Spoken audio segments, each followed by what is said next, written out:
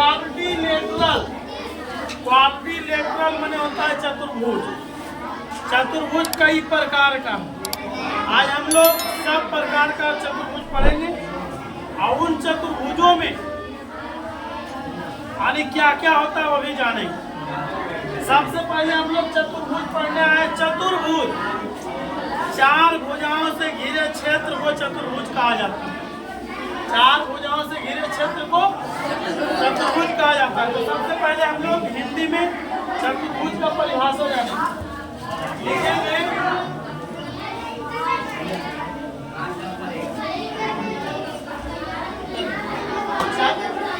चतुर्भुज,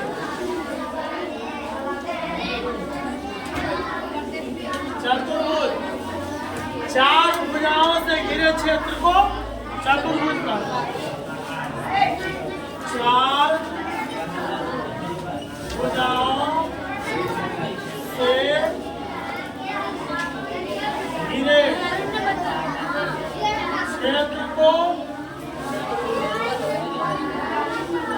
चतुर्भुज कहते हैं ना। चार भुजाओं से घिरे क्षेत्र को चतुर्भुज कहते।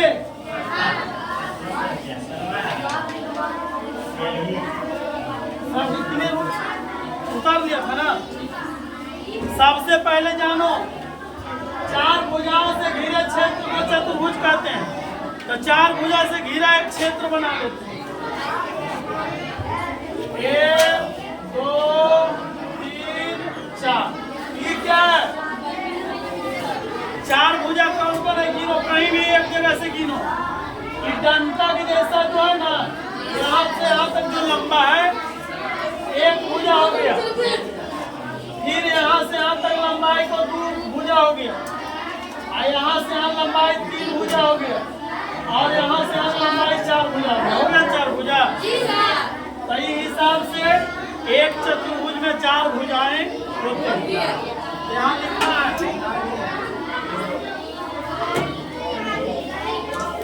एक चतुर्भुज में 4 भुजाएं होते। पहले हम लोग जान गए कि एक चतुर्भुज में 4 भुजाएं होते हैं।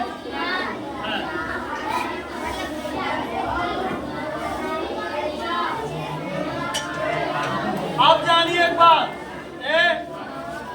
पहला भुजा यहाँ से शुरू हुआ है, जेजा से शुरू हुआ है उसको मान लेते हैं ए, और जहाँ तक गया उसको मान लेते हैं बी। हो गया ना।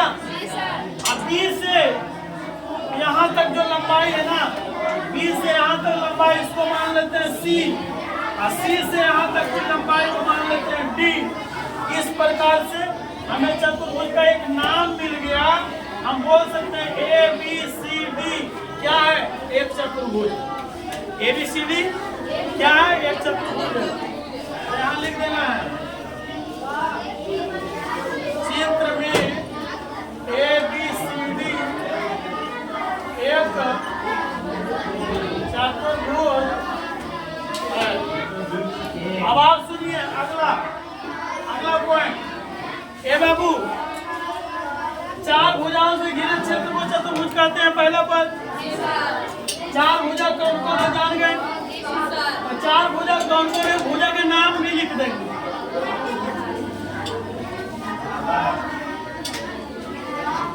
चतुर्भुज के 4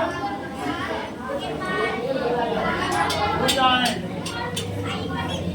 पहला भुजा कौन है? ए से बी तक ए बी। दूसरा भुजा कौन है? बी से सी तक बी सी। और तीसरा भुजा कौन है? C D. और चौथा भुजा डी से ए तक डी ए। यही ना 4 भुजा है। चतुर्भुज के 4 भुजाएं A B B C C D D A हो गए। चलो चतुर्भुज के भुजा हम जान गए। अब दूसरी बात जानिए, चतुर्भुज के अंदर से 4 गो कोण है। कई कोण? 4 गो भुजा मिलता है ना, वहाँ एक कोण का निर्माण होता है। एक भुजा इधर गया, अगर बीच वाला जो जगह है इसको कोण बोलेंगे। तो एक कोण हुआ ना, आई का कोण हुआ, दूसरा कोण, आई तीसरा कोण, आई यहाँ चौथा कोण। एक मतलब चतुर्भुज में क्या कोण होता है? चार कोण। तो यहाँ हम लोग लिखेंगे अगला पॉइंट में, चतुर्भुज में चार कोण होते हैं, चार कोण होते हैं। अगला एक बात यार इसमें जानना है,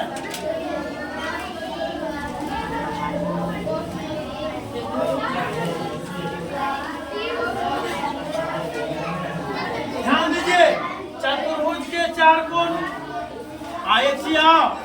जब कोणमा रहता है ना, अंदर से कोण और कोणमा के बाहर से थोड़ा शीर्ष बोला जाता है। एक कोण है ना से, तो अंदर से कोण बाहर से शीर्ष, अंदर से कोण बाहर से शीर्ष काला। बता, ये अंदर से कोण है और बाहर से शीर्ष है। एक बात जाओ, शीर्ष पड़े से पहले चार कोण है ना, तो चारों कोण का नाम भी लिख ले, है ना।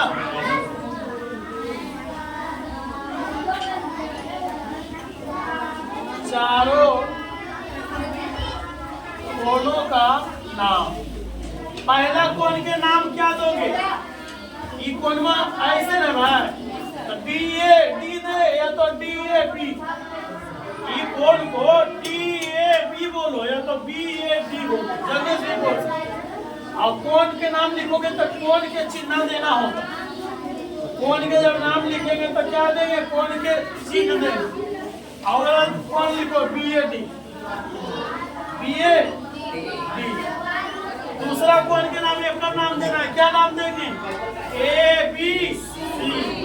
और ऐसे कोण के चिन्ह दे देना ए बी सी।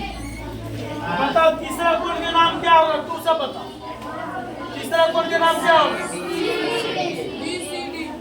तीसरा कोण के नाम या तो आप BCD बोलिए या तो DCB बोलिए, दोनों दिन से एक कोण होगा। यह लगा देना BAD या DAD, वही कोण होता है। ABC या तो CBA, एक ही बात है। तीसरा कोण है BCD, तीसरा कोण क्या है? BCD है ना। तीसरा कोण BCD, तो लिखेंगे BCD। और BCD को हम DCB बोल सकते, DCB। लास्ट कोण, इसको हम CDA या तो ADC, कोण CDA या ADC, इस प्रकार से नाम हम लोग को नाम जानना चाहिए। ये भी क्या है? भुजाओं के नाम है। चारों भुजाओं का नाम, चारों भुजाओं का क्या है नाम? समझ आया? चारों भुजा का क्या है नाम है? पहला भुजा ए बी, दूसरा BC, CD, DA। आइए चारों चतुर्भुज में चार कोण होता है, चारों के नाम हमने लिखा। अभी तक हम लोग क्या पढ़े? चतुर्भुज चार भुजा से घिरे क्षेत्र को चतुर्भुज कहते हैं। चारों भुजा कौन है उसको जाने, पहचाने, और वह चारों भुजा के नाम जाने। उसके बाद अंदर से जो दो भुजाओं के मिलने से बना है उसको कोण कहते हैं। तो चार को कोण होता है, चारों के नाम पढ़े। अब चतुर्भुज में कोण के बाद पढ़ना है, कोणमा के बाहर से बोला जाता है शीर्ष। मत बोले, ध्यान देखो, कोण के बाहर से हम शीर्ष बोले तो बता, एक चतुर्भुज में कई शीर्ष होगा? जय कोण तय शीर्ष। अंदर से कोण बाहर से शीर्ष, अंदर से कोण बाहर से शीर्ष। तो लिखेंगे, अब यहाँ की जगह पर यहाँ से लिखेंगे 1 2 3 4, 5वां पॉइंट लिखेंगे। चतुर्भुज में 4 शीर्ष होते हैं, है ना। कहेगा का नाम भी लिखिए, तो लिखना है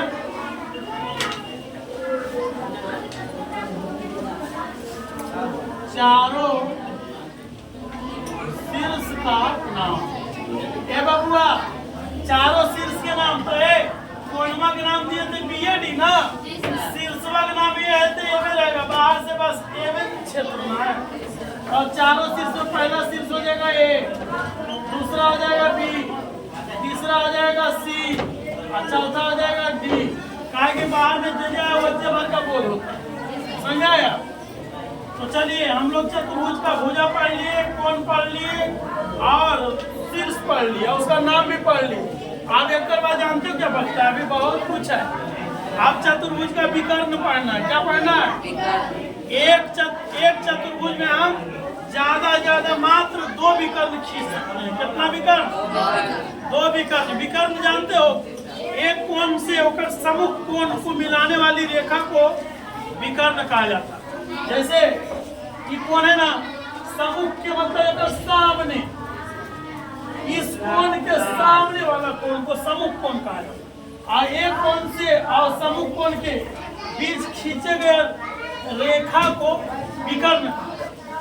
जैसे ए से लेके हम मिला दिए सी को, ए से सी को मिला दिए एक विकर्ण, और बी से डी को मिला दिए तो क्या हो गया? दूसरा विकर्ण। तो लिखेंगे चतुर्भुज में 2 विकर्ण होते, अब 2 विकर्णों के नाम, दो विकर्णों के नाम। पहला विकर्ण के नाम क्या हो जाएगा? एसी। पहला विकर्ण के नाम एसी हो जाएगा, और दूसरा का विकर्ण के नाम बीडी हो जाएगा। क्या हो जाएगा? बीडी। चलो हम लोग पढ़ गए, बीडी जानना गए, ए से सी या बी से डी क्या है? विकर्ण है। अभी तो हम लोग मात्र सरल सा चतुर्भुज को जान रहे हैं, अभी चतुर्भुज के प्रकार पढ़ेंगे और उसका रिलेशन पूरा पढ़ेंगे। अभी हम लोग अब जानिए चतुर्भुज का, अब जो भी चतुर्भुज में पढ़ना है, आसन कोण। आसन कोण जानते हो? चतुर्भुज में अब आगे आसन कोण पढ़ना। लगातार कोण, एक ही भुजा पर जो कोण बनता है ना, एक के भुजा पर जो 2 कोण बनता है उसको बोला जाता है आसन। समझ आया? तो लिखना है। अच्छा, तो आसन कोण को हम लोग योग के रूप में पढ़ेंगे। अब जब चतुर्भुज के प्रकार आएगा ना तो उसमें पढ़ेंगे आसन कोणों का, जो कहीं 180 डिग्री ये सब जो है विस्तार से पढ़ने को मिलेगा। तो चलिए, एक नॉर्मल सा चतुर्भुज में इतना पार्ट होता है। समझ में आया? कहीं प्रॉब्लम है तो पूछ सकते हो। अब हम जानते हैं इसके आगे क्या करने जा रहे हैं। चतुर्भुज कई प्रकार का, टोटल प्रकार पढ़ाएंगे। देखो, आयत भी चतुर्भुज है, वर्ग भी चतुर्भुज है ना, समांतर चतुर्भुज, आयत चतुर्भुज, वर्ग चतुर्भुज, समांतर चतुर्भुज, सम चतुर्भुज, समलंब चतुर्भुज, है ना। और ये 5 प्रकार का चतुर्भुज है। अब 5 प्रकार के चतुर्भुज को हम लोग विस्तार से पढ़ेंगे। तो आप लोग इसको क्या कीजिए, बढ़िया से नोट करो। आप इसको मिटा के आगे बताएंगे। चलो जल्दी नोट करो।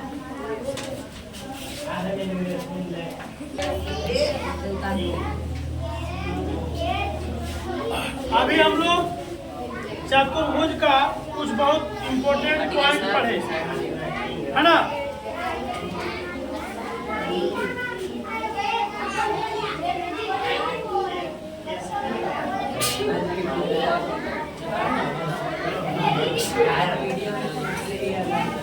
तो सुनिए, एक साधारण चतुर्भुज का हमने सब कुछ पढ़ा दिया। अब चतुर्भुज के चारों कोनों का जोड़ बच गया। अभी से पहले हम लोग हर प्रकार के बहुभुज के कोण निकालना सीखे थे कि नहीं? तो चतुर्भुज के चारों कोनों का जोड़ होता है 360 डिग्री। कैसे होता है, चलो सूत्र से इसी में जोड़ लेते हैं। अगला तीर के निशान आप तो जो बताए मिटा दिए। चतुर्भुज के चारों कोनों का योग बराबर चतुर्भुज के चारों कोनों का योग बराबर 360 डिग्री होता है। कैसे होता है इसको हम लोग अभी सिद्ध कर लेते हैं। पहले जानो चतुर्भुज में कई भुजा होता है, 4 भुजा। लिखना है चतुर्भुज में भुजाओं की संख्या बराबर 4 आप लिख सकते हैं। इसलिए चतुर्भुज के चारों कोनों का योग बराबर सूत्र क्या होता है, n माइनस 2 गुणे 180 डिग्री। फॉर्मूला होता है ना, n के मतलब भुजाओं की संख्या, 4 डाल दें, 4 में से 2 गया, 2 गुणे 180 डिग्री, 18 गुना 36, 360 डिग्री। चतुर्भुज के चारों कोनों का जोड़ 360 डिग्री कैसे होता है, देखिए सिद्ध हो गया ना, है ना। हम लोग इसके पहले चतुर्भुज का बहुभुज, चतुर्भुज के सभी प्रकार के बहुभुज, बहुभुज के कोनों का योग निकाले। हर एक प्रकार के बहुभुज के कोण का योग निकाले थे। त्रिभुज, चतुर्भुज, पंचभुज, षष्ठभुज, सप्तभुज, अष्टभुज, नवभुज, इन सब का अंत कोनों का योग हम लोग इस सूत्र से निकाले थे। चलिए इसके बाद हम लोग पढ़ेंगे, पता है, चतुर्भुज के प्रकार पढ़ेंगे। क्या पढ़ेंगे, चतुर्भुज के प्रकार। यहाँ हेडिंग लगाना है चतुर्भुज के प्रकार, है ना। काइंड्स ऑफ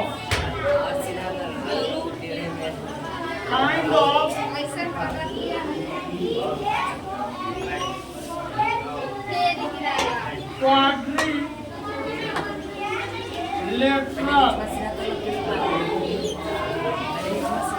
आज हम लोग क्या पढ़ेंगे, चतुर्भुज के प्रकार पढ़ेंगे।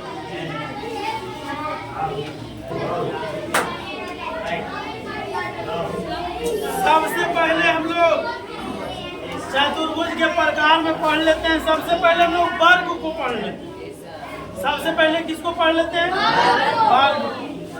वर्ग भी एक क्या है, चतुर्भुज। सबसे पहले हम लोग वर्ग को पढ़ते हैं। वर्ग भी क्या है, एक प्रकार का चतुर्भुज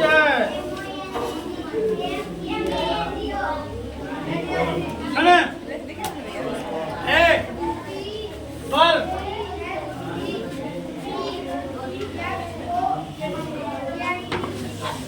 अब जानो ध्यान से, वर्ग का चारों भुजा बराबर होता है। वर्ग का चारों भुजा चारों भुजा बराबर होता है तो होवे करता है। वर्ग के चारों कोण भी बराबर होता है। वर्ग का चारों कोण भी बराबर होता है। वर्ग में भी 2 विकर्ण, दोनों विकर्ण भी बराबर होता है। यानी वर्ग का 4 भुजा होता है, चारों भुजा भी बराबर। वर्ग में 4 कोण होता है, चारों कोण भी बराबर। वर्ग में 2 विकर्ण होता है, दोनों विकर्ण भी बराबर। अब वर्ग का जो विकर्ण है एक दूसरे को लंब पर काटता है। क्या पर काटता है, लंब मने 90 डिग्री पर, लंब मने 90 डिग्री पर काटता है। एक बात कोई पूछेगा, वर्ग में कै समकोण होता है, वर्ग में कितने समकोण, तो जय कोण 4 कोण, तो वर्ग में 4 समकोण। वर्ग के चारों कोना 90 डिग्री होता है। समझ में आया। वर्ग के चारों कोण 90-90-90 डिग्री होता है। अब पूछा जाता है, परीक्षा में कई बार पूछ लिया है कि वर्ग में कितने समकोण होते हैं, ऐसे पूछे तो कैसे समकोण बताएगा? समकोण बने जिस त्रिभुज का या जिस भी आकृति का कोण 90 डिग्री को हो उसको समकोण कहा जाता है। समझ में आया? जो कोण 90 डिग्री का हो उसको हम समकोण कहते हैं। और 90 से कम गया तो कौन कोण? तो न्यून कोण कहा जाता है। 90 डिग्री से 1 डिग्री कम गया ना तो न्यून कहलाएगा, न्यून कोण। 90 डिग्री से कम 60, 70, 80 डिग्री वाला जो कोण होगा सब के सब क्या होगा? न्यून कोण। अब बोलेगा ऐसा 90 डिग्री राइट समकोण है, 90 डिग्री से कम गया तो न्यून कोण है, और 90 से ज्यादा हो जाएगा तो 90 से ज्यादा अधिक हो गया तो अधिक कोण, कम हो गया तो न्यून कोण, अधिक हो गया तो अधिक कोण। समझ में आ गया? तो यहाँ वर्ग में भी 4 भुजा होता है। यहाँ लिखेंगे वर्ग के बारे में लिखेंगे, है ना?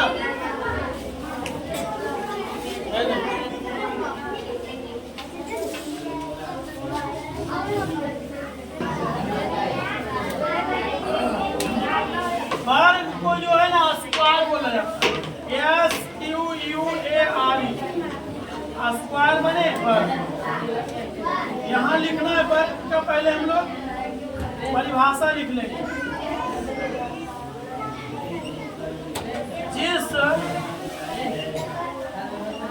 जिस चतुर्भुज का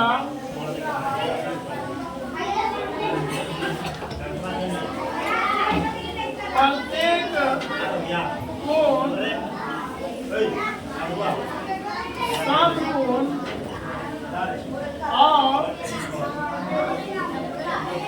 और प्रत्येक भुजाएं बराबर हो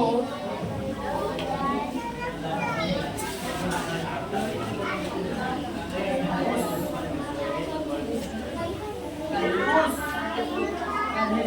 आकृति को वर्ग कहते हैं। जानते हो, अगर खाली लिखेंगे ना जिस चतुर्भुज का प्रत्येक भुजा बराबर हो उसे वर्ग कहते हैं तो परिभाषा गलत हो जाएगी। काहे? सम चतुर्भुज के भी चारों भुजा बराबर होता है, मगर सम चतुर्भुज का चारों कोण बराबर नहीं होता है। तो यही अंतर कर देता है कोण। इसीलिए लिखा जिस चतुर्भुज का प्रत्येक कोण समकोण और प्रत्येक भुजाएं बराबर हो उस आकृति को वर्ग कहते हैं। समझ में आया? वर्ग का आकृति ऐसे रहेगा, वैसी नाम दे देना, वैसी भी कर्म दे देना। प्रत्येक यहाँ समकोण होगा, अल्लाह ऊपर काटता है भी जान लेना है।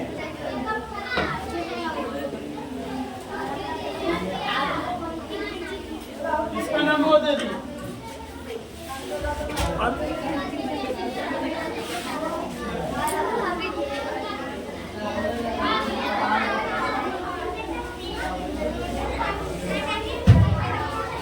अब इसके बारे में लिखते हैं। आप बताओ, वर्ग के 4 भुजाएं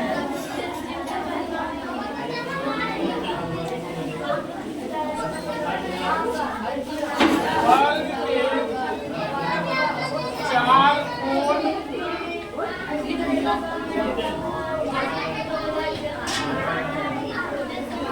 वर्ग के 4 शीर्ष होते हैं। वर्ग के 2 विकर्ण होते हैं।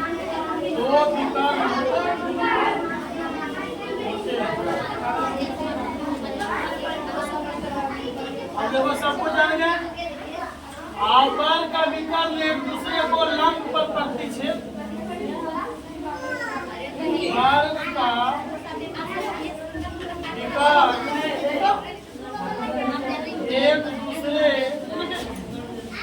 को लंब पर प्रतिच्छेद करते हैं।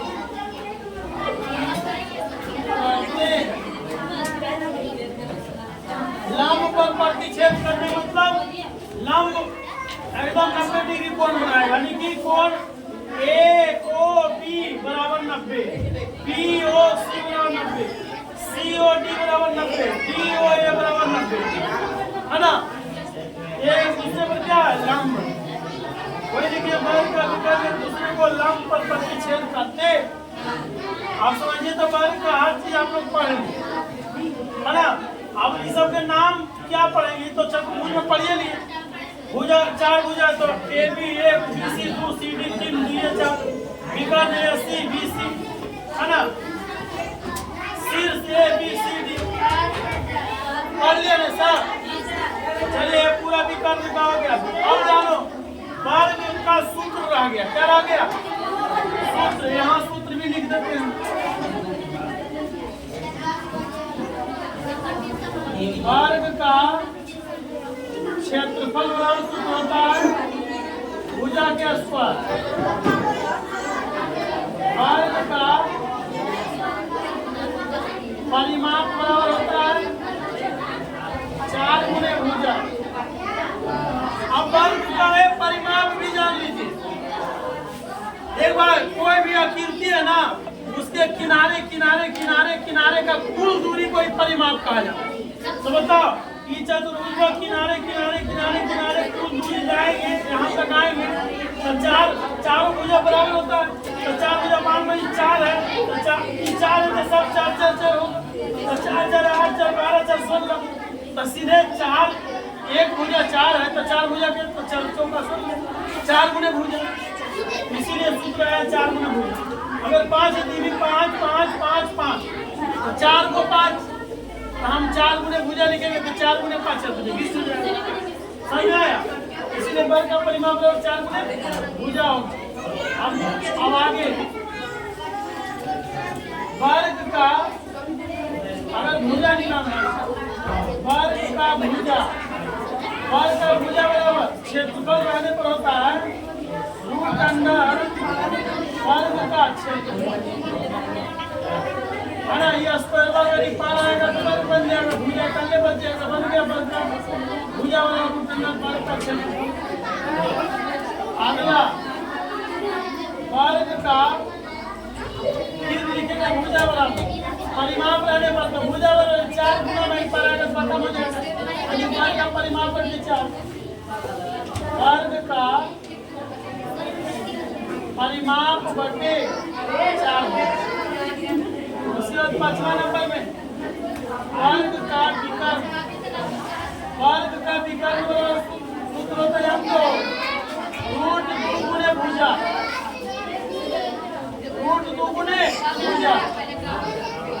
अगर विकर्ण में दिया गया भुजा निकालना तो रूट 2 गुना नहीं पड़ेगा तो वर्ग का भुजा बराबर वर्ग का विकर्ण बटे रूट 2।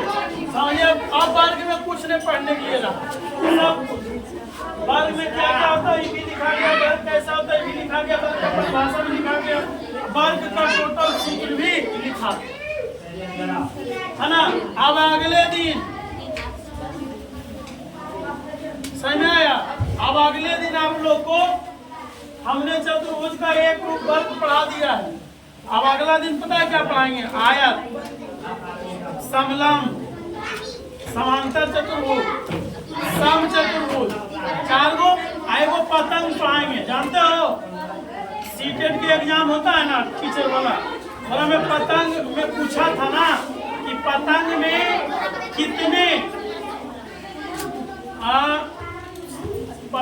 कितने सममिति होता है। तो पतंग भी चतुर्भुज के रूप में होता है। तो हम पतन के बारे में पढ़ाएंगे, ठीक है। यानी ए को पढ़ा चुके हैं, अब बच गया है आयत, और आयत बच गया है समांतर चतुर्भुज, समचतुर्भुज, समलंब और पतन। 5 को और एक्टिविटी आ गया, ये 5 पढ़ेंगे, उसके बाद शुरू करेंगे 3.2, ठीक है। ये सब बेसिक चीज है, इसको जानना बहुत जरूरी है। ये सब जानेंगे तभी हम लोग आगे मैथ समझ में आएगा, है ना। चलिए बस, धन्यवाद।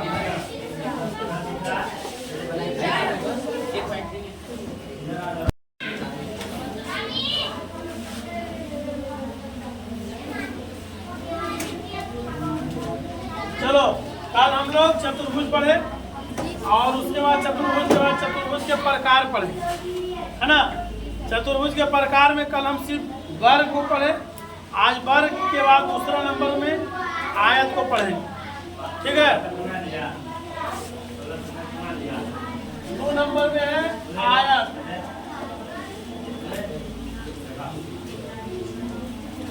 आयत पढ़ेंगे, जरा बोलता है रेक्टेंगल,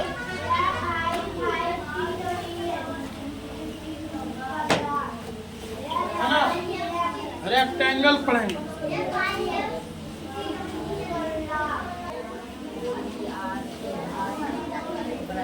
साधन हम लोग पढ़ेंगे आयत। आयत को अंग्रेजी में रेक्टेंगल बोला जाता है। अब जो है, जो कल हम लोग वर्ग पढ़े थे उसका परिभाषा पढ़े थे, उसी तरह से आयत का परिभाषा में हम लोग यहाँ पढ़ेंगे। आयत, आयत कहता किसको, पहले जानिए। ये बाबू, वर्ग को हम लोग आयत कह सकते हैं, मगर आयत को वर्ग कह सकते हैं, इतना जान लीजिए। आयत कहता किसको, जानिए। आयत में चारों भुजा बराबर नहीं होता, आमने सामने की भुजा बराबर होता है इस आयत। यानी लंबाई लंबाई बराबर, चौड़ाई चौड़ाई बराबर, सम्मुख भुजा बराबर होता है इसमें। जिस चतुर्भुज के आमने सामने का भुजा बराबर हो और प्रत्येक अंतःकोण समकोण हो, उसे आयत कहते हैं। वर्ग में भी अंतःकोण, चारों अंतःकोण समकोण था, उसी तरह आयत में भी चारों कोण समकोण होता है। मगर वर्ग का चारों भुजा बराबर होता है, इसमें 2-2 भुजा बराबर होता है, आमने सामने भुजा बराबर। याद रखो, वर्ग का दोनों विकर्ण बराबर होता है ना, तो आयत में भी दोनों विकर्ण बराबर होता है। हमारे एक चीज का अंतर है, वर्ग का जो विकर्ण है एक दूसरे को लंब पर काटता है, मगर आयत का विकर्ण एक दूसरे को लंब पर नहीं काटता। बस ये 2-3 चीज अंतर है, समझ में आ गया। आप देखिए, अब लिखते हैं पूरा। जिस चतुर्भुज का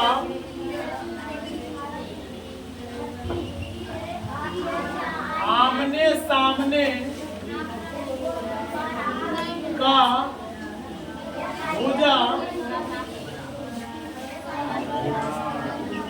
बराबर बराबर हो और प्रत्येक कोण समकोण हो, उसे आयत कहते। आयत का आकृति देखिए, ABCD, ये जो ABCD आकार का जो है चतुर्भुज है, ये आयत देख रहे हो। ये लंबा है जितना, उतना लंबा ऊपर है, जितना चौड़ा है उतना ही चौड़ाई इधर है ना। सम्मुख भुजा, इसके सम्मुखी है, इसके सम्मुखी है ना, आमने सामने वाला भुजा बराबर है। ई भुजा के सम्मुखी, ई भुजा के सम्मुखी, आमने सामने भुजा बराबर है। यहाँ पर लिखना है ABCD एक आयत है ना।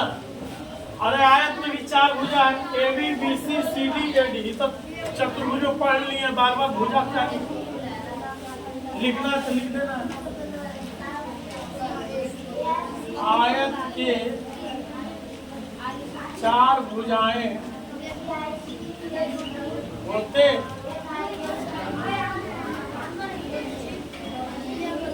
आयत के 4 कोण होते आयत के 4 शीर्ष होते, है ना। आयत के प्रत्येक कोण समकोण होता।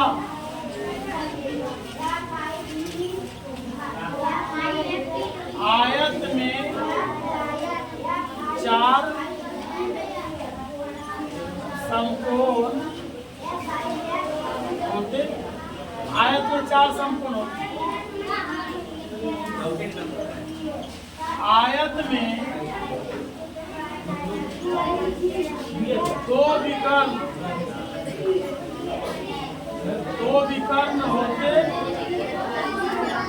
विकर्ण बोलता किसको, जो देखो ए से सी को मिलाने वाली रेखा और बी को डी से मिलाने वाली रेखा, यानी कि AC BD विकर्ण। आयत में 2 विकर्ण होते हैं, AC और BD विकर्ण।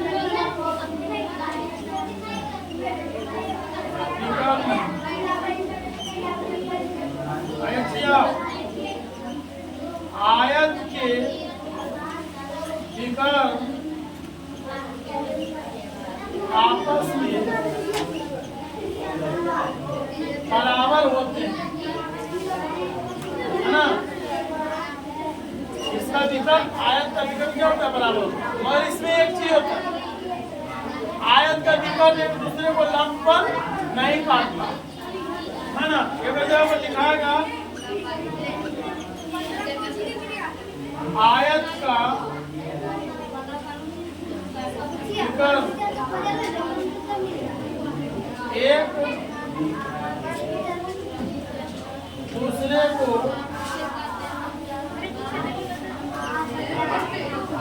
प्रतिच्छेद करते हैं, है ना। आयत का विकर्ण एक दूसरे को प्रतिच्छेद करते हैं।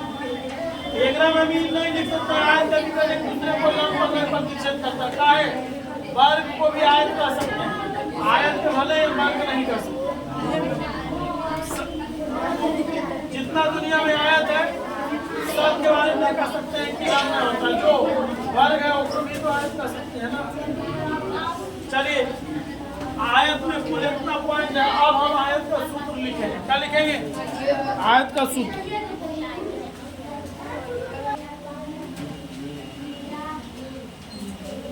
हम लोग आयत का कुछ विशेष पॉइंट को सीखा। अब आयत का जो फॉर्मूला है वो देखो।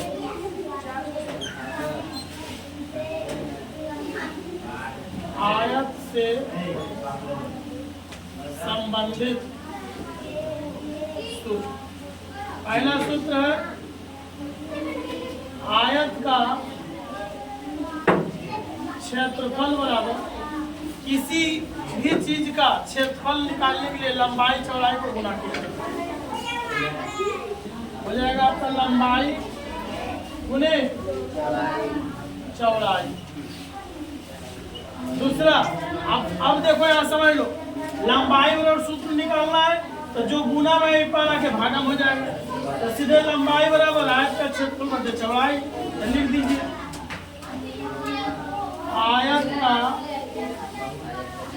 लंबाई बराबर आयत का क्षेत्रफल बटे चौड़ाई। अगला है उसी प्रकार आयत का चौड़ाई बराबर वैसा ही आयत का क्षेत्रफल बटे चौड़ाई है तो नीचे लंबाई आ जाएगा, लंबाई है तो चौड़ाई आ जाएगा। ध्यान दीजिए, ये आयत का क्षेत्रफल लंबाई चौड़ाई तीन चीज आ गया। आयत में अब अगला सूत्र जानते हो क्या? आयत का परिमाप। आयत का परिमाप समझाए थे ना, संसार में जैसा भी आकृति हो, अगर किनारे किनारे कुल दूरी परिमिति परिमाप परिधि कहलाता है। परिमिति परिधि परिमाप सब एक ही चीज है। किसी भी चीज का किनारे किनारे का कुल दूरी है ना, यहाँ से चलेंगे यहाँ तक, यहाँ तक, यहाँ तक, यहाँ तक, कुल दूरी जितना है उसी को परिमाप कहा जाता है। अब बता, कई लंबाई, यहाँ से यहाँ एक लंबाई, यहाँ से यहाँ दो लंबाई, एक एक दो लंबाई ना जी सर। तो दो लंबाई है तो दो गुने हम लंबाई नहीं लिख सकते हैं? मान लो ये 4 है तो 4 ही आई हो 4, तो हम जोड़ के भी लिख सकते हैं 4 4 8, और 2 को 4 है तो 2 से गुना करके भी लिख सकते हैं, 4 दुनिया लिख सकते हैं जी सर।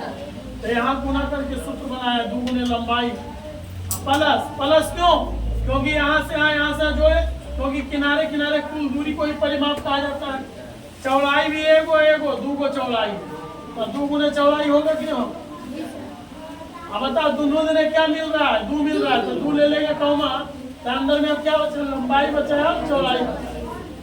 तो देखो तो सूत्र में बन गया 2 इंटू लंबाई प्लस चौड़ाई। तो इसीलिए आयत का परिमाप बराबर सूत्र होता है 2 इंटू लंबाई प्लस चौड़ाई। कैसे सूत्र होता है सिद्ध करके बता भी दी है ना, इसको मिटा दे। अब हमें आयत का विकर्ण निकालना है। क्या निकालना है? आयत का विकर्ण बराबर सूत्र होता है रूट अंडर लंबाई के स्क्वायर प्लस चौड़ाई के स्क्वायर। समझ में आया? बोलोगे सर ये कैसे हुआ? तो याद कीजिए, ये विकर्ण है ना, जितना लंबाई है उतने लंबा नहीं है। एकरा में से एक त्रिभुज काट लेंगे। अब बताइए यही अब सभे समकोण होता है, तो समकोण का नियम बताए थे कि कर्ण है, कर्ण का स्क्वायर यानी एसी कर्ण, एसी का स्क्वायर जो है आई त्रिभुज के अन्य दो भुजाओं के स्क्वायर के बराबर होता है, यानी एडी के स्क्वायर प्लस सीडी के स्क्वायर के बराबर। अब बताओ एसी विकर्ण है, हम एसी बराबर करेंगे तो स्क्वायर ही पार जाएगा, क्या बन जाएगा? रूट बन जाएगा। एडी स्क्वायर प्लस सीडी का स्क्वायर। अब बताइए एडी क्या है? एडी चौड़ाई है ना, ये हो गया चौड़ाई के स्क्वायर, और सीडी क्या है? लंबाई, तो लंबाई के स्क्वायर। रूट बना सूत्र वही चीज है ना। अरे लंबाई पहले चौड़ाई बाद में, उससे क्या है? बात तो वही है ना। आयत का विकर्ण बराबर रूट अंडर लंबाई स्क्वायर प्लस चौड़ाई स्क्वायर। कैसे होता है वो भी हमने सिद्ध करके बताया। आयत का पूरा चीज संपन्न हो गया। आयत में जो भी पॉइंट है हर प्रकार के पॉइंट दे दिए। आई तो शुरू में पढ़ लियो, चारों कोणों का जोड़ 360 डिग्री होता है, उसको यहाँ हम क्यों लिखे? और जब बोलते हैं 4 समकोण है, समकोण प्रत्येक समकोण 90 डिग्री के, तो 4 को 90 जोड़ोगे तो 360 हो ही जाएगा। ठीक है ना, 4 समकोण होते हैं, है ना? समझ आ गया? अब आप लोग क्या कीजिए, आयत को पूर्ण रूप से उतारिए। देखो रे वर्ग पढ़ाए, आयत पढ़ाए, अब इसके बाद अगला पढ़ाएंगे चतुर्भुज।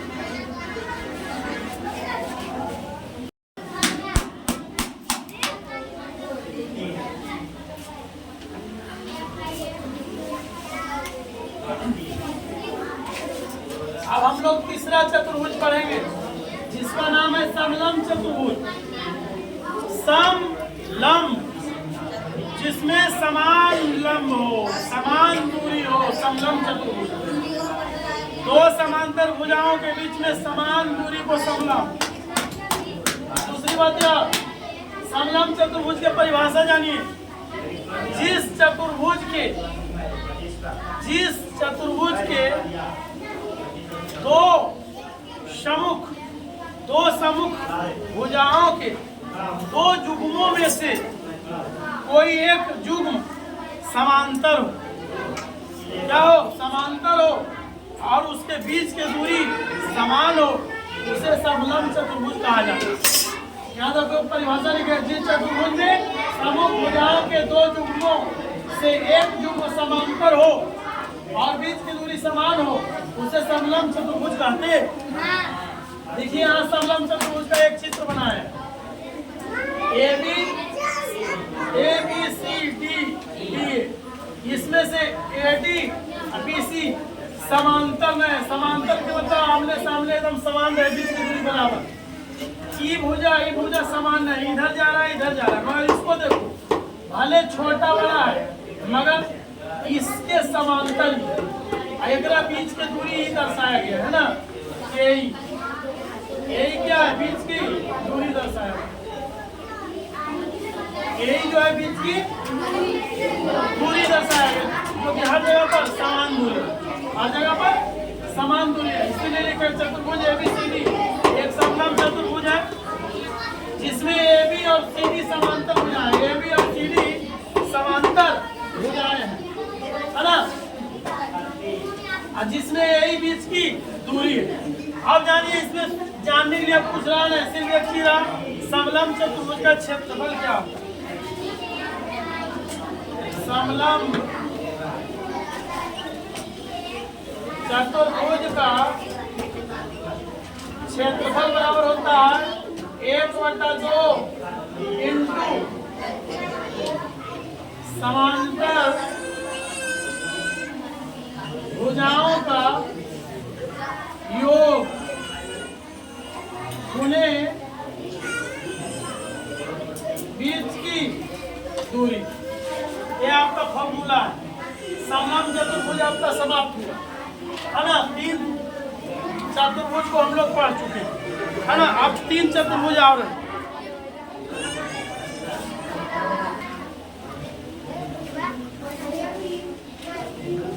चौथा नंबर में हम लोग पढ़ेंगे पतंग यानी काइट। पता है जो सीटेट एग्जाम होता है उसमें एक क्वेश्चन पतंग से पूछ देता है, समझ में आया। आए देखो 8वीं क्लास का टॉपिक है पतंग।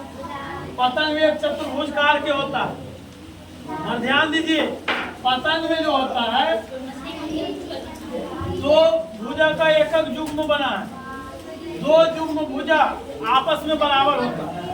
यहाँ देखो लिखा है एक भुजा इधर से भुजा इधर से लेके दोनों आसन भुजा कहलाएगा। आसन भुजाओं का पहला युग्म कौन है? AD बराबर AB, है ना। AD के बराबर कभी भी CD ना होगा पतंग में, ठीक है। हम लोग भले बना के उड़ा लेते हैं गांव में, पर पतंग का नियम यही है कि ऊपर भाग का भुजा जितना लंबा रहता है ना, नीचे का भाग को लगे ज्यादा लंबा रखना होता है, एक अच्छा पतंग बनता है। तो आपका ऊपर में AD का आसन भुजा AB आसन भुजा बराबर होता है, और नीचे में BC आपका DC आसन भुजा आपस में क्या होता है? बराबर।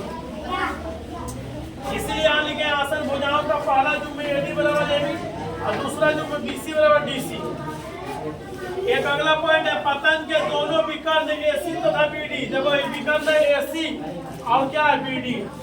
तो पतंग में भी पूछ देता है, सीटेट एग्जाम में पूछता है इसको कि पतंग का विकर्ण एक दूसरे को कितने डिग्री पर या प्रतिच्छेद करता है, या पतंग का विकर्ण एक दूसरे को प्रतिच्छेद किस प्रकार करता है। तो पतंग के दोनों विकर्ण AC और BD जो है एक दूसरे को समकोण पर समद्विभाजित करता है। क्या पर? समकोण यानी 90 डिग्री पर समद्विभाजित करता है। याद रखना पतंग का एक विकर्ण उस पर बने दोनों कोणों का समद्विभाजक भी है। देखो एक विकर्ण AC है ना, AC दोनों कोण को बराबर बराबर में बांट दे, है ना। जितना ही उतना ही, जितना ही उतना ही। हमारे यहाँ दोनों निश्चित ना है कि बराबर हो सकते हैं। बात अलग ही जितना है जितना ही होगा, जितना ही है जितना ही होगा, और ये दोनों बराबर, ये दोनों बराबर, और ये दोनों बराबर नहीं हो सकता। क्यों? क्योंकि ये लंबा दूरी में आके झुका है, इससे ही बड़ा हो सकता है। वही यहाँ लिखा कि पतंग का एक विकर्ण उस पर बने दोनों कोनों का समद्विभाजक भी है, एक ही विकर्ण, दोनों का समान भाग में बांटता है। ये दोनों बराबर, और यहाँ बराबर नहीं हो सकता, ये छोटा हो सकता है, ये बड़ा हो सकता है। अगला पॉइंट, पतंग का एक विकर्ण, इसमें एक विकर्ण ऐसी जो है अच्छी का काम कर रहा है, सममिति बना रहा है कि ना, जैसे ना कीर्ति इधर वैसा ही इधर। अब सोचोगे इस समिति बना रहा है कि छोटा है बड़ा है, ये नहीं बना, इसमें एक समिति बन रहा है ऐसी विकल्प, जैसा भाग इधर वैसा ही भाग, तो इसमें यही अच्छा है। इसके बारे में भी पूछा जाता है, पतंग एक विकल्प ऐसी समिति अच्छी है, अर्थात पतंग का एक समिति आकृति होती है, एक समिति आकृति का यश जो है ऐसी, जैसा इधर वैसा है। पतंग में समूह कोनों के दो जुगों में से एक कोण बराबर होता है, हाँ ये बात अलग है, एक बराबर होते हैं। ये ऊपर का कोण है, नीचे का कोण बड़ा छोटा होता है, नीचे का यहाँ ज्यादा पतला हो गया, अभी चौड़ा है, तो यहाँ का कोण में अंतर रहेगा, मगर इधर का संयुक्त कोण बराबर हो। तो वही लिखे ए बी सी जो कोण है, ADC जो कोण है बराबर होगा, मगर आपका BAD अब BCD कहीं बराबर नहीं होगा। ये पतंग का जितना प्रमुख पॉइंट था सब संपन्न, इसे सिर्फ पूछा ही जाता है समिति के बारे में और कौन कौन बराबर कैसे होता है। बस हमने इस प्रकार से 4 चतुर्भुज के बारे में जान लिया। अब 2 चतुर्भुज बचा हुआ, एक समांतर चतुर्भुज और दूसरा सम चतुर्भुज। समांतर चतुर्भुज को तुलना किया जाता है आयत से, और सम चतुर्भुज का तुलना वर्ग से होता है। तो चलिए अब हम लोग पढ़ने जा रहे हैं सम चतुर्भुज और समांतर चतुर्भुज।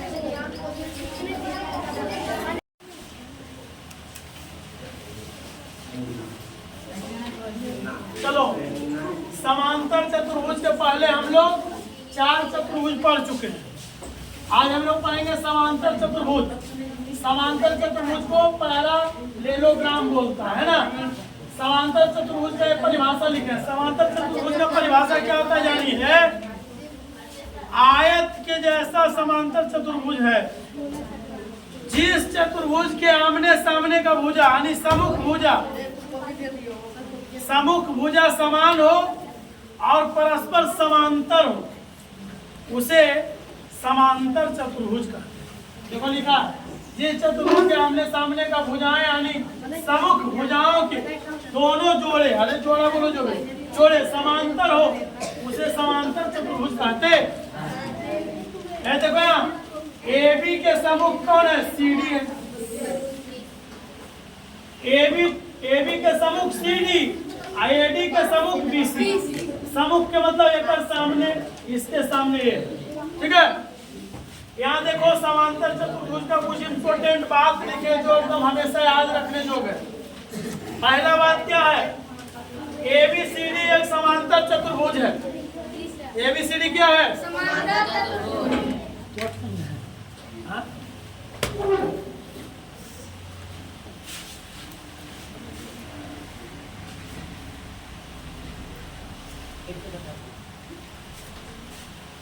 ABCD एक समांतर चतुर्भुज है ना।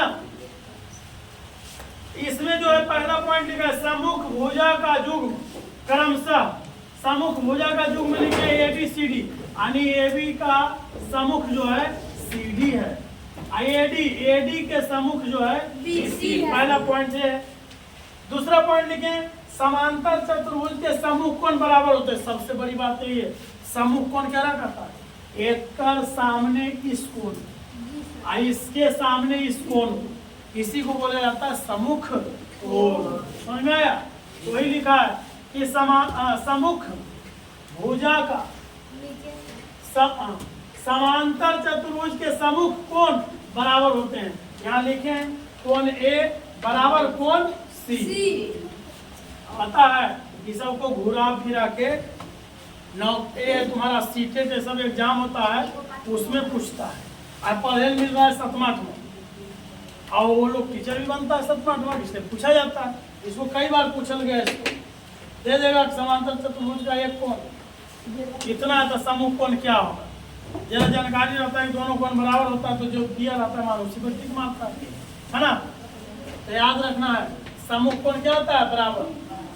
तो कोण ए के बराबर कोण सी, कोण बी के बराबर कोण डी। एक बात ही जान गए। दूसरी बात, समांतर चतुर्भुज के आमने सामने का समूह भुजाएं भी बराबर होता है। यानी एबी की लंबाई अगर 5 मीटर है तो सीडी भी 5 मीटर होगा। अगर बीसी की लंबाई 3 मीटर है तो एडी भी 3 मीटर होगा। यानी कि आमने सामने का भुजा बराबर होता है। समांतर के साथ साथ समूह के साथ साथ बराबर भी होता है। कैसे आयत में आमने सामने का भुजा लंबाई में बराबर होता है, उसी तरह से आपका समांतर चतुर्भुज के आमने सामने का भुजा भी समान यानी बराबर होता है। उसके बाद अगला पॉइंट है, समांतर चतुर्भुज में आसन कोण समपूरक होते हैं। समपूरक कोण आप लोग जानते हो, जब दो कोणों का जोड़ 180 डिग्री हो जाए उसको समपूरक कोण कहा जाता है। कोई बोलेगा 80 डिग्री का समपूरक कितना, तो 80 में क्या जोड़ेंगे 180 हो जाए तो 100। 80 का समपूरक 100 होगा, 100 का समपूरक 80 होगा। समझ में? यानी दो कोणों का जोड़ 180 तो समपूरक कोण कहलाता है। ठीक है, तो देखो यहाँ समांतर चतुर्भुज में आसन कोण समपूरक होते हैं। अब बोलोगे आसन कोण क्या करता है, जिस पर एक ही भुजा पर दो कोण होता है ना, और उन दोनों कोणों का जो को समपूरक कोण कहा जाता है। जैसे ए बी पर कोण ए और इस पर कोण बी है तो कोण ए प्लस कोण बी बराबर 180। आई भुजा पर कोण बी और सी है तो कोण बी प्लस कोण सी 180। इस भुजा पर कोण सी और डी है तो कोण सी प्लस कोण डी बराबर 180। आई इस भुजा पर कोण डी प्लस कोण ए का जोड़ 180 बराबर होगा।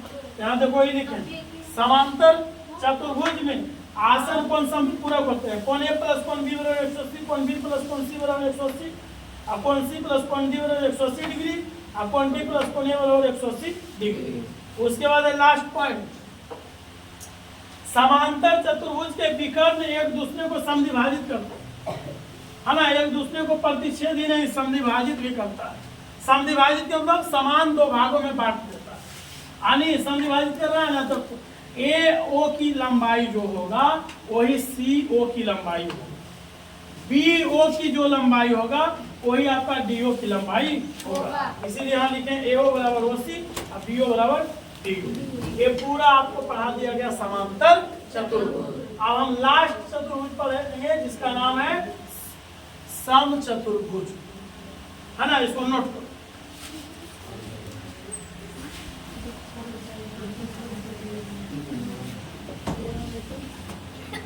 हाँ, इसमें हम लोग एक चीज और पढ़ेंगे, समांतर चतुर्भुज का क्षेत्रफल। एक फॉर्मूला होता है इसका,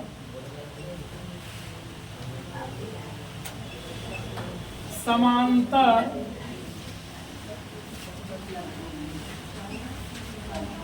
चतुर्भुज का क्षेत्रफल बराबर होता है आधार गुने ऊंचाई। ये आपका इसका सूत्र है, ठीक है।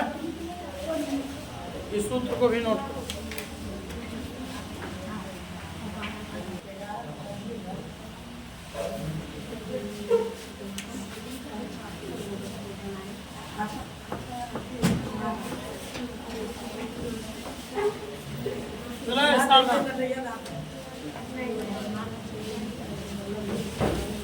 समचतुर्भुज, रोम्बस इसको बोला जाता है इंग्लिश में। समचतुर्भुज जिस चतुर्भुज के चारों भुजाएं बराबर हो उसे समचतुर्भुज कहते हैं, है ना। ये बहुत एकदम समान चतुर्भुज है जिसका चारों भुजा बराबर, समचतुर्भुज। यहाँ जो चित्र लिए एबीसीडी लिखे, एबीसीडी एक समचतुर्भुज है। समचतुर्भुज के भी समूह कोण बराबर होता है। कोण ए बराबर कोण सी, कोण बी बराबर कोण डी। एक से आ जाना, समचतुर्भुज के चारों भुजाएं परस्पर बराबर होते हैं, इसलिए ए बी बराबर बी सी बराबर सी डी बराबर डी ए। सबसे इंपॉर्टेंट इसमें बात यह है लास्ट वाला, सम चतुर्भुज के विकर्ण एक दूसरे को समकोण पर समविभाजित करते हैं। सम चतुर्भुज के विकर्ण एक दूसरे को समकोण पर समविभाजित करते हैं।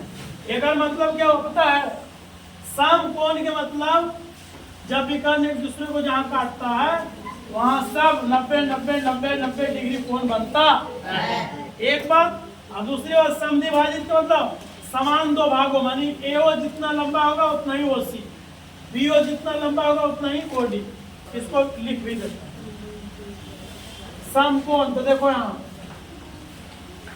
कोण एओबी बराबर 90 डिग्री, कोण बीओसी बराबर 90 डिग्री, कोण सीओडी बराबर 90 डिग्री, कोण डीओबी बराबर 90 डिग्री। यानी यहाँ समकोण पर काटता है, इसलिए सब के सब क्या होगा 90। और दूसरी बात समद्विभाजित, तो समद्विभाजित के अनुसार एओ जो है वो सी के बराबर और बीओ जो है वो डी के बराबर है ना, इसी का समाप्त।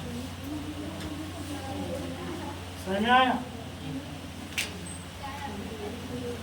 समांतर चतुर्भुज का एक सूत्र रह गया ना, सूत्र में लिख देना है सम चतुर्भुज का क्षेत्रफल बराबर 1/2 गुणे विकर्णों का गुणनफल, यही होता है। मेरा 1/2 गुणे P1 गुणे P2 में बोला जाता है। इसी के साथ 8वां क्लास का चतुर्भुज का पूरा इंट्रोडक्शन थ्योरी सब समाप्त होता है। सब इसको नोट कर लीजिएगा।